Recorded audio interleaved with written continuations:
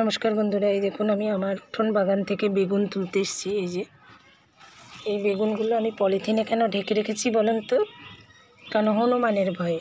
আর আরেকটু বেগুনগুলো বড় হয়, কিন্তু যেহেতু বেগুনগুলো বড় যদি আমি করে তুলতে যাই তাহলে চুরি হয়ে যাবে, আমার আর খাওয়া হবে।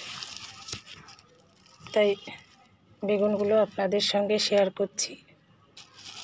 এই যে